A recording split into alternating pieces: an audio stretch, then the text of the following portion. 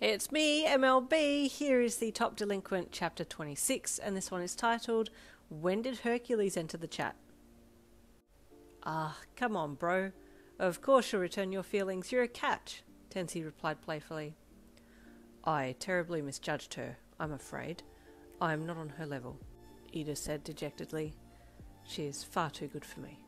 Whoa, hold up, Tensei said with surprise. This is a side of Tenya I've never seen before. You're lovesick, little brother. You have a crushing fever. Alas, Iida replied as he hung his head. It is true. Tensei burst out laughing. Stop being so dramatic and have a shower. You just need to get some good food and sleep into you and you'll feel better, he added, stepping back from the door and gesturing down the hall. Your woman is relaxing in the bath as we speak, so go and do the same in the second bathroom. Iida blushed. Do not speak of her when she is in a state of disrobe. It is most unbecoming, he replied strongly, appalled that his own brother would even dare to speak of you in the nude. Get to the bath already, Tensei replied with a snort of amusement. You need to calm down. And with that he turned and left, leading Iida to follow instruction and head to the bath himself. Iida's guest bathtub was the size of a small swimming pool, and you sunk right down under the deliciously warm water, letting your body float as you cast your mind over the afternoon's events. I can't believe I'm in Iida's house right now. DF would flip if I told her. Where'd my phone go anyway? What's going to happen now? Is my dad going to go to jail? You floated on your back and stared up at the roof, your mind throwing a multitude of questions at you as you let your body relax in the warmth. I'm hungry, but I'm too embarrassed to ask for food, you thought as you let yourself back down, backside, sitting back down on the built-in seat on the side of the bath. Maybe I'll wait till everyone's asleep, then sneak down to the fridge or something and grab, I don't know, a stick of cheese or something.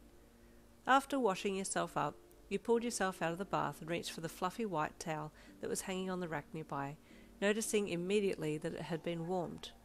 Do they warm the towels as well? You thought with surprise as you pressed it to your face. I can't stay here, this house is too frickin' fancy. You dried yourself with the warmed towel and then slipped into a complimentary robe. The robe was very luxurious and the label was from a very high-end store, probably costing around $1,000, and you sighed in poor. Come to think of it, they probably don't have just normal cheese here. It's probably some fancy French one that smells like arse but tastes like heaven. You rambled internally, slipping their complimentary slippers on and shuffling to the door to open it. As you pushed the bathroom door open, you smashed the handle into someone and recoiled with surprise. Yo, sorry, Your eyes met a very well-built torso with a bulging six-pack, and your head immediately snapped up to see who the owner of the heaven-sent body was. No surprises, it was Iida. Whoa, you monotone. Dude, My apologies, Yin, he said quickly as he tried to hide his body from view. I did not know that you would be finishing at the same time I would be passing. No, yes, okay, it's fine, you flubbed, flustered that you couldn't stop looking at his chest. I'm going to go now, you added quickly, as you tore your eyes away from him and ran down the hall, making straight for your room. Hot damn, call the police and the fireman, you screamed internally as you entered into your room and slammed, back first, up against the door as it closed loudly. Why is he so hot? That's not fair at all. I want to speak to the manager. After heavily breathing for a little bit, you finally pushed off the door and walked over to your bed where some clothes had been neatly left on the end. Dearest Yin, you read. My apologies that we may not have the appropriate clothing in your size. I hope it is not too forward of me to have put some of my own shirts in this collection. Please discard them if you feel that this was an inappropriate gesture. Regards, Iida. You finished, looking down at the pile again and sifting through them. Would it be weird if I wore one of his shirts? You thought with a lip bite. I want to see what it looks like though. You sifted through the pile and found a light blue shirt, definitely an Iida shirt, and put it on, the size dwarfing your form. Damn, you thought as you looked at the large, full-length mirror nearby. But I kind of like this look, and it's comfy, and it's his shirt.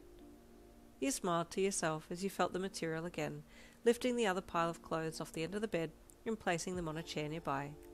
You yawned loudly and suddenly felt very tired.